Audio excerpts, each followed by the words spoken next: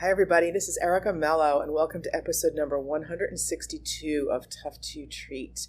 And this is a shorty week for us, and more specifically, a shorty week for me. And this is entitled Unique Release Positions for the Shoulder. And Susan and I often don't go into this type of subject matter in depth, to be honest. It's generally part of a patient conversation that we have, or a conversation generally about the relationships of the regions of the body to each other. And this actually was done as a video for some course participants I had some years ago, but you will understand even though you're listening to it via the audio, obviously. So this is a patient of mine who had, I use her in this example. She had a lot of neck and shoulder pain, and she was doing really well. Her driver was her COC1. We just couldn't get that end range shoulder flexion. And, we often look at, quote unquote, passive movement or passive treatment these days as, almost like a non-option, right? And I think that depending on where you are in your treatment, if you're starting with the patient or you're almost finished, release work and hands-on work takes many different forms. Okay, I do a lot more dynamic work now more than ever, and that doesn't mean that the patient's up and down moving.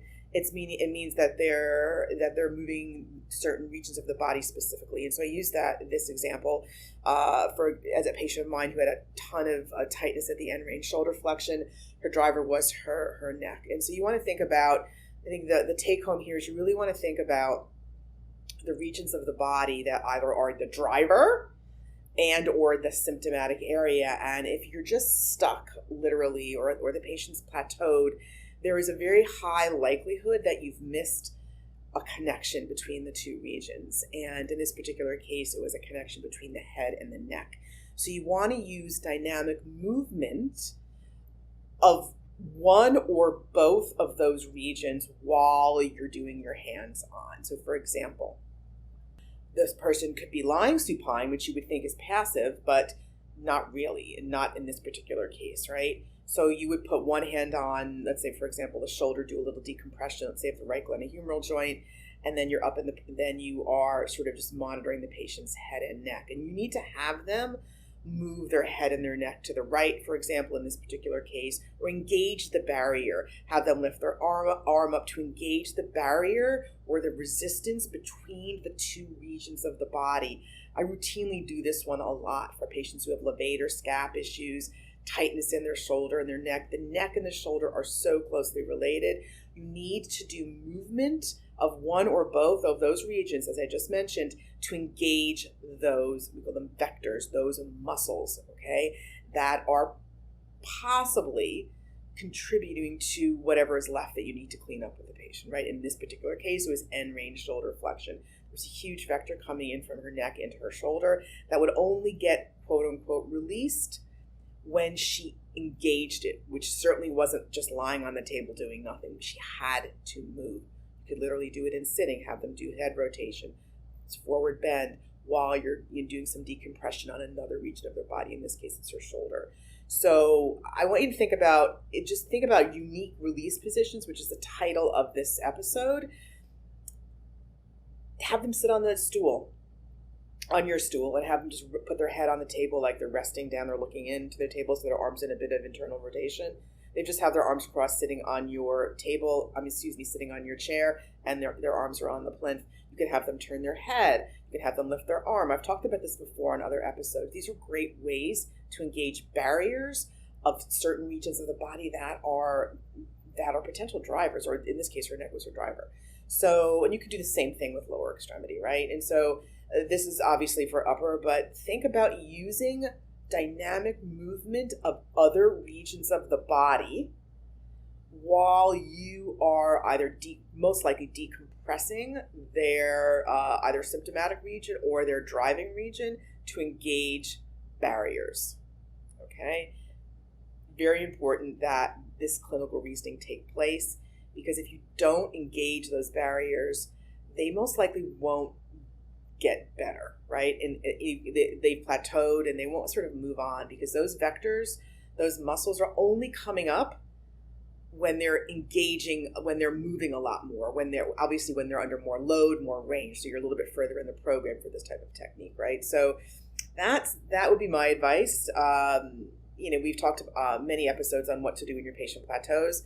This may be one of the reasons. Maybe you've just not really found the vector or the muscle that is prohibiting them at this point. Okay, and more often than not, a lot of it is overactivity of one sort of region of the body versus an underactivity of the other region. So hope you enjoy. And one thing Susan and I are focusing on a little bit more now going into the summer, we would really appreciate it if you're new to the podcast or if you're old to the podcast, we'd appreciate it if you would leave us a review on wherever you listen to us, whether it's iTunes, YouTube, wherever.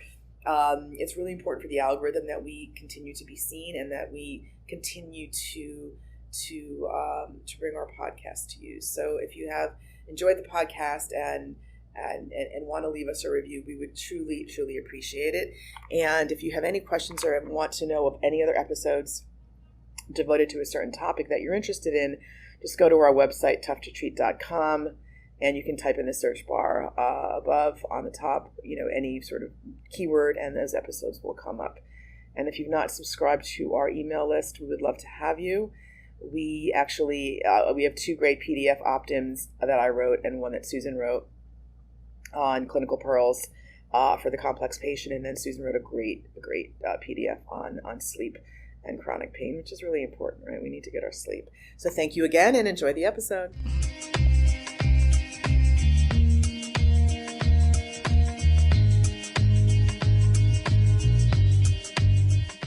Okay, so here's a patient. Once again, these are just really quick snippets. This is a patient who had just restriction in overhead, like shoulder flexion, and hand behind the back. And usually when I see patients, I assess generally one movement to start. I look at movements that are meaningful for them. I think it's very important that depending on your skill level, you can look at their movement.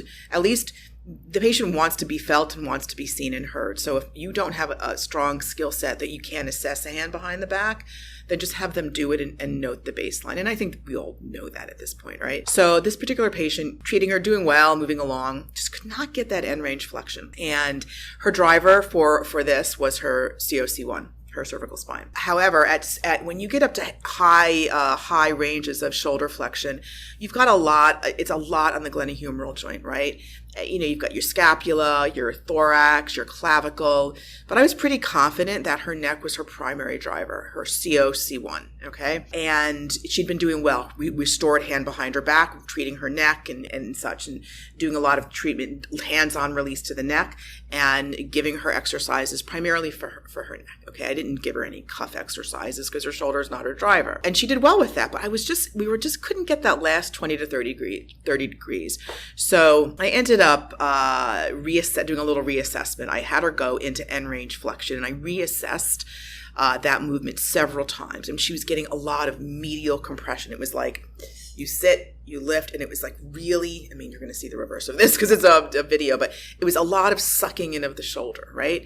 Subscapularis does that, but it was glaring. So what I ended up doing, and she had an issue with swimming, so she could do backstroke. She couldn't do that at the beginning. She was pretty good now. It was not the catch, but coming out of the water, so to speak. And she also lacked a lot of this sort of, she had tight pecs, right? A lot of this extension and she had normal median nerve glide. So what I ended up doing, I actually had her go on the table and just get herself in the position of the swim, even though she's like not like this, right? So she's in like a little bit of this position, and I had her kind of just do some movement. It was really restricted. So what I ended up doing from a release perspective, because we all do, some passive release, and we have people move arms. I do much more dynamic release than ever before. I find that it really helps when you're trying to really hone in on something. Like with her, it was really trying to hone in on this end range. So I had her in the position, I'm having her turn her head to the right. When I tell you, when she turned her head to the right, my hand was so sucked in. There was a huge, I call it vector muscle between her shoulder and her neck that was compressing her shoulder at the end range of flexion.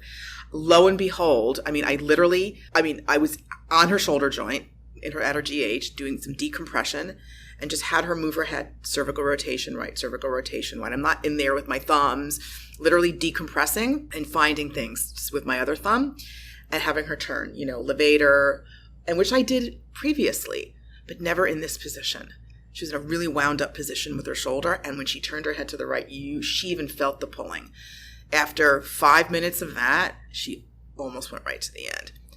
She's, that may not hold, but, I told her it probably wouldn't hold because we needed to do more of it, but I gave her a lot of things to do on the wall and having her turn her head at end range. So when you have a patient who's plateaued, or you're on the driver, your assessment was sound, try to think about, any muscles that connect the regions of the body in your work that you're working. Like her driver was her C-spine, COC1. What attaches up there and then attaches to the shoulder?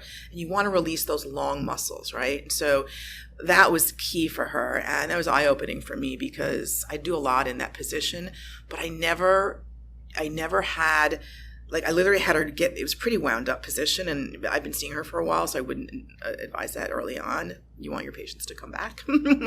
And she was in that, it was she was feeling stiff and a little tight.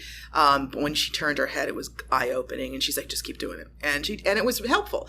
So I believe a lot of it will carry over, but she will lose some of it just because of movement patterns. So just think out of the box a little bit and think about what regions of the body you're trying to de-link, so to speak.